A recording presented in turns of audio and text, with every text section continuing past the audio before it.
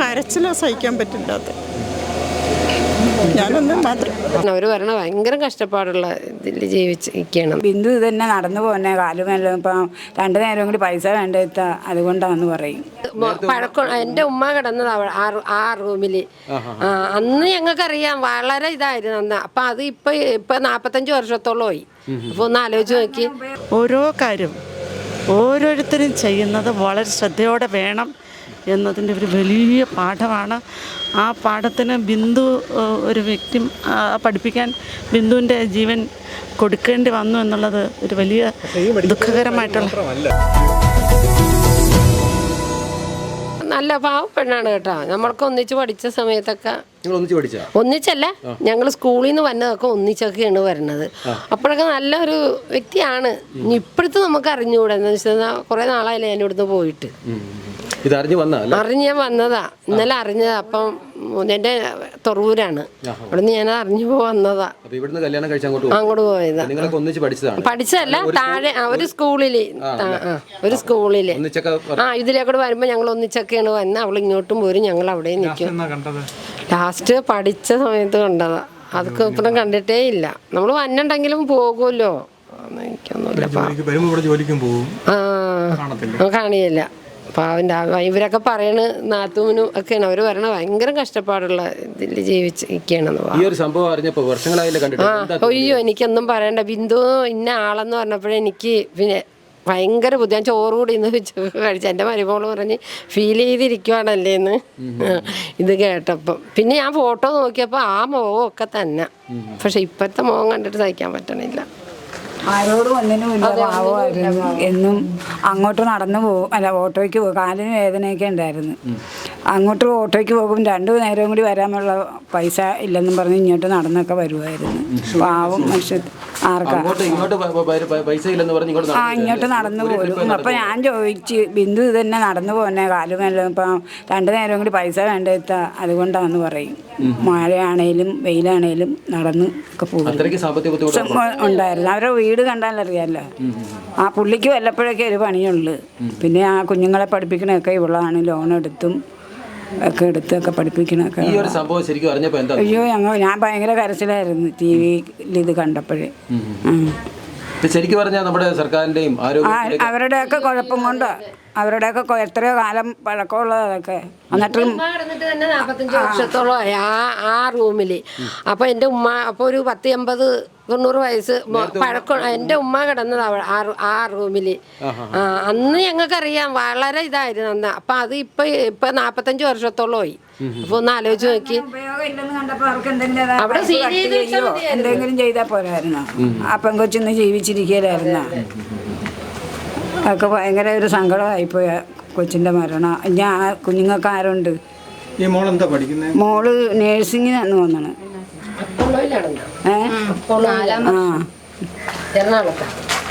ആന്ധ്രാപ്രദേശ്. ചേച്ചിനെ അറിയാവുന്ന ഞങ്ങൾ മറ്റേ ഡ്രസ്സൊക്കെ എടുക്കാൻ ചെല്ലുമ്പോൾ അവിടെ കാണാറൊക്കെ ഉള്ളതാണ്. തുണിക്കടയിൽ നിൽക്കണൊക്കെ ആയിട്ട് കാണാറുള്ള. അറിയാം. ഞങ്ങൾ ഇവിടെ ഉണ്ടായിരുന്നു. ഞാൻ 1991 ജില്ലാ കൗൺസിൽ അംഗമായിരിക്കുമ്പോൾ മുതൽ കോട്ടയം മെഡിക്കൽ കോളേജുമായിട്ട് ബന്ധപ്പെടുന്നതാണ്. ഒരുപാട് മാറ്റങ്ങളുണ്ട്. കേരളത്തിലെ ഏറ്റവും നല്ല ആശുപത്രികളിലൊന്നാണ്. പക്ഷേ ഇങ്ങനെ ഒരു ദാരുണ സംഭവം ഉണ്ടാവരുതായിരുന്നു. എവിടെയോ ഒരു ചെറിയ അശ്രദ്ധ. ആരോഗ്യമന്ത്രിയുടെ ഒരു വീഴ്ച തന്നെയല്ലേ ഇത്? അല്ല, അതിപ്പോൾ അത്തരം കാര്യങ്ങളിലേക്കൊന്നും ഞാൻ കിടക്കുന്നില്ല. പക്ഷെ നമുക്കൊരു വലിയ പാഠമാണിത്. ചെറിയ ഒരു കാര്യം പോലും ഇത് കോട്ടയം മെഡിക്കൽ കോളേജ് എത്രയോ വലുതാണ്. ഇതുമാത്രം കെട്ടിടങ്ങൾ പിന്നെ പ്രവർത്തിക്കാൻ പറ്റുന്ന പ്രവർത്തനരഹിതമായത് ഇങ്ങനെയൊക്കെ ഉള്ളതുണ്ട്. പക്ഷെ വളരെ ശ്രദ്ധയോടെ ഓരോ കാര്യം ഓരോരുത്തരും ചെയ്യുന്നത് വളരെ ശ്രദ്ധയോടെ വേണം എന്നതിൻ്റെ ഒരു വലിയ പാഠമാണ്. ആ പാഠത്തിന് ബിന്ദു ഒരു വ്യക്തി പഠിപ്പിക്കാൻ ബിന്ദുവിൻ്റെ ജീവൻ കൊടുക്കേണ്ടി വന്നു എന്നുള്ളത് ഒരു വലിയ ദുഃഖകരമായിട്ടുള്ള. അല്ല, നമ്മളിവിടെ ഒരു പ്രൈമറി ഹെൽത്ത് സെൻറ്റർ മുതൽ മെഡിക്കൽ കോളേജ് വളരെ പ്രാധാന്യത്തോടു കൂടി കേരളത്തിലെ ആരോഗ്യവകുപ്പ് അത് ഏത് ഭരണം വരട്ടെ മറ്റ് സംസ്ഥാനങ്ങൾക്ക് മാതൃകാപരമായി നമ്മൾ നല്ല രീതിയിൽ നടത്തുന്നതാണ്.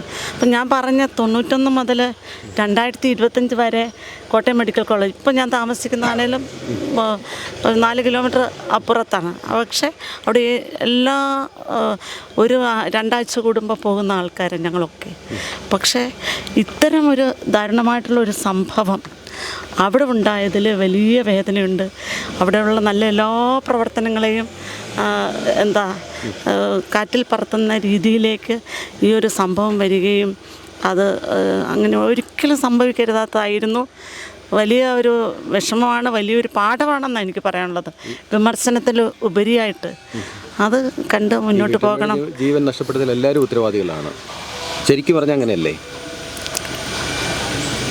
ഇപ്പം വളരെ നമുക്ക് പ്രസിഡന്റ്, ഞാൻ ജില്ലാ പഞ്ചായത്ത് പ്രസിഡന്റ് 25 വർഷം മുമ്പായത്. അപ്പോഴൊക്കെ നിരന്തരമായി നമ്മൾ ആശുപത്രി കയറി ഇറങ്ങുന്ന ആളാണ്. 25 വർഷം മുമ്പ് 2000-ൽ ഇത് അറിയുന്നില്ല എന്നൊക്കെ പറയുമ്പോഴത്തേക്കും ആൾ ജനപ്രതികൾ അറിയുന്നില്ല എന്നൊക്കെ പറയുമ്പോഴത്തേക്കും നമുക്കത് ചിന്തിക്കാൻ പറ്റുമോ ഇങ്ങനൊരു വിഷയം ഇടിഞ്ഞു? അല്ല, അത് ആശുപത്രിയുടെ വികസന സമിതി മറ്റു കാര്യങ്ങളൊക്കെയാണല്ലോ ആശുപത്രിയുമായി ബന്ധപ്പെട്ട്. അവിടുത്തെ ഓരോ മൈന്യൂട്ടായിട്ടുള്ള കാര്യങ്ങളും എല്ലാവരുടെയും ശ്രദ്ധയിൽ. ഇവിടെ തന്നെ ഒരു മന്ത്രി ഉണ്ടല്ലോ, ആ മന്ത്രിയുടെ ഉള്ള മണ്ഡലത്തിൽ തന്നെ അല്ല, മന്ത്രിയാണേലും വളരെ കാര്യമായിട്ട് കോട്ടയം മെഡിക്കൽ കോളേജിലെ ഓരോ കാര്യങ്ങളിലും ശ്രദ്ധാപൂർവം ഇടപെടുന്ന ഒരാളാണ്. അദ്ദേഹം അതിനുള്ള വിശദീകരണങ്ങൾ തന്നിട്ടുണ്ടല്ലോ. ഇത്തരം കാര്യങ്ങളിലേക്ക് ഞാൻ കിടക്കുന്നില്ല. ഓക്കെ മാഡം, ശരി. എന്താ ഈ ഒരു മരണത്തെ പറ്റി പറയാനുള്ളത്? പറയാൻ പറ്റത്തില്ല, അതൊരു അത്രയ്ക്ക് ഇതായിപ്പോയി ഇന്നലത്തെ എന്നും അമ്മയുടെ കരച്ചിലോ സഹിക്കാൻ പറ്റില്ല. അത് ഞാനൊന്നും മാത്രം ഹസ്ബൻഡ് ജോലിക്ക് പോകുന്നു, കെട്ടിടം പണിയാ, എപ്പോഴും ഒന്നുമില്ല. പുള്ളിക്കാരിക്ക് എന്തായിരുന്നു തലയിലപ്പറമ്പിൽ തന്നെ. പിന്നെ എപ്പോഴും ഇവിടെ വന്ന വണ്ടി കയറി ഓട്ടോ കയറി പോണത് എപ്പോഴും കണ്ടുകൊണ്ടിരിക്കുന്നത്. കാലുമേലാത്തതുകൊണ്ടേ ഓട്ടോറിക്ഷയ്ക്ക് പോകുന്നു വരുന്നതൊക്കെ. ഈ ഒരു സംഭവം അറിഞ്ഞപ്പോൾ എന്താ തോന്നിയത്? തളർന്നുപോയി ശരീരമൊക്കെ. ഞാൻ അംഗൻവാടിയിൽ വർക്ക് ചെയ്തുകൊണ്ടിരിക്കുക. ഉച്ചയായപ്പോഴാണ് ഈ സംഭവം അറിയുന്നത്. അപ്പോഴത്തേക്കിന് എൻ്റെ ശരീരമൊക്കെ തളർന്നുപോയി. കൊച്ചുങ്ങൾ കരഞ്ഞുകൊണ്ട് വരുമ്പോഴും എനിക്ക് അതുങ്ങളെപ്പോലും ചെയ്യാൻ പറ്റാത്തൊരവസ്ഥയിലായിപ്പോയി ഞാൻ പെട്ടെന്ന്. കഴിഞ്ഞ മാസം ഇതുപോലെ ഞങ്ങൾ കണ്ട് വർത്താനമൊക്കെ പറഞ്ഞതായിരുന്നു. പറഞ്ഞ് ഫോൺ നമ്പർ തന്ന് ഫോണൊക്കെ വിളിച്ചിട്ട് പോയതാണ്. അപ്പോൾ കടയിൽ ചെന്നപ്പോഴേ സഹിക്കാൻ പറ്റുന്നില്ല. നമ്മളിപ്പം അത് നേരിട്ട് കണ്ടിട്ടില്ലല്ലോ, അതുകൊണ്ട് നമുക്ക് അതിനെപ്പറ്റി ഒന്നും അറിയാൻ പറ്റില്ല. അതിനെപ്പറ്റി പറയാൻ അറിയാം. ചേച്ചീനെ കുറേ നാളായിട്ട് എപ്പോഴും കാണുന്നത് ചേച്ചീനെ. തൊട്ടടുത്താ. ഞങ്ങൾ കുറച്ചായിട്ട് ദൂരം മാറിയിട്ടാണ് താമസിക്കുന്നത്. ഉറക്കെ ഒന്നും സംസാരിച്ച് ഞങ്ങൾ കേട്ടിട്ടില്ല. അത്രയ്ക്ക് നല്ല സ്വഭാവം. സംസാരം എന്ന് പറഞ്ഞാൽ പതിഞ്ഞ സംസാരം, നടപ്പും ഒക്കെ. എന്നെയൊക്കെ ഇവിടെ കല്യാണം കഴിച്ചിട്ടുണ്ടെങ്കിൽ പഠിക്കുന്ന സമയമാണ്. ആ പഠിക്കാൻ പോകുന്ന ആ ഓരോ ഓർമ്മയൊക്കെയാണ് എൻ്റെ മനസ്സിലേക്ക് കയറി വരുന്നത്. അത്രയ്ക്ക് നന്നായിട്ട് പഠിക്കുമായിരുന്നു. നല്ല വിദ്യാഭ്യാസമുള്ള നല്ല വിദ്യാഭ്യാസമുള്ള പുള്ളിക്കാർ ഡിഗ്രിക്കാരിയാണ്. ഡിഗ്രി കഴിഞ്ഞതാ. അതുപോലെ പിള്ളേർ നല്ല വിദ്യാഭ്യാസമുള്ള, നല്ല എല്ലാത്തിനും മോക്കൊക്കെ ഫുൾ A+ ഒക്കെ ഉള്ളതാണ്. നല്ല സഹകരിക്കണം. നല്ല എന്ന് പറഞ്ഞാൽ നല്ല ഒരാളാണ് പുള്ളിക്കാരി. നല്ലൊരു വ്യക്തിത്വത്തിൻ്റെ ഉടമയാണ്. അവരുടെ അമ്മയാണെങ്കിലും നല്ല ചെറുപ്പമല്ല, അമ്മ നല്ല വിദ്യാഭ്യാസം. പണ്ടത്തെ 8ാം ക്ലാസ്സാണ് സീതാലക്ഷ്മി. അപ്പം അമ്മയ്ക്ക് മെഡിക്കൽ കോളേജിൽ ഇതുപോലെ ജോലി കിട്ടിയതാണ്. നല്ലൊരമ്മയാണ്, നല്ലൊരമ്മ. അമ്മയ്ക്ക് പോയി 100 തൊഴിലുറപ്പൊക്കെ തയ്ച്ച അമ്മ. ചെറിയ വീടാണ്, ഇറങ്ങിപ്പോകാൻ പാടാം. ഇതുമായിട്ട് ബന്ധപ്പെട്ട് എന്നാ പറയാനാ, അത് ഭയങ്കര സങ്കടകരമായ ഒരു കാര്യമാണ്. അവർ ഞങ്ങൾ കുഞ്ഞുനാൾ തൊട്ട് എനിക്കറിയാവുന്നവരെ. ഞാൻ എപ്പോഴും അടുത്തായിരുന്നു താമസിച്ചുകൊണ്ടിരുന്നത്. 10-30 വർഷം ഇവിടെ അടുത്ത് താമസിച്ചിരുന്നത്. അത് ഇച്ചിരി മാറിയെന്ന് മാത്രമേ ഉള്ളൂ.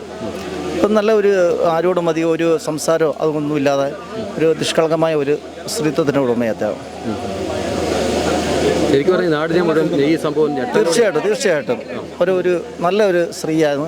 നമുക്ക് എല്ലാവരുടെ മുഖത്ത് നോക്കി ചിരിക്കുകയൊക്കെ ചെയ്യും. പക്ഷേ മറ്റുള്ളവരെ അങ്ങനെ കണ്ടു കഴിഞ്ഞാൽ അധികം സംസാരിക്കത്തൊന്നുമില്ല. ഒരു പതിഞ്ഞ സ്വഭാവകാരിയായിരുന്നു പുള്ളിക്ക്. അപ്പോൾ ഇന്നലെ ഈ വാർത്ത അറിഞ്ഞപ്പോൾ തന്നെ നമുക്ക് ഭയങ്കര ബുദ്ധിമുട്ടായിരുന്നു.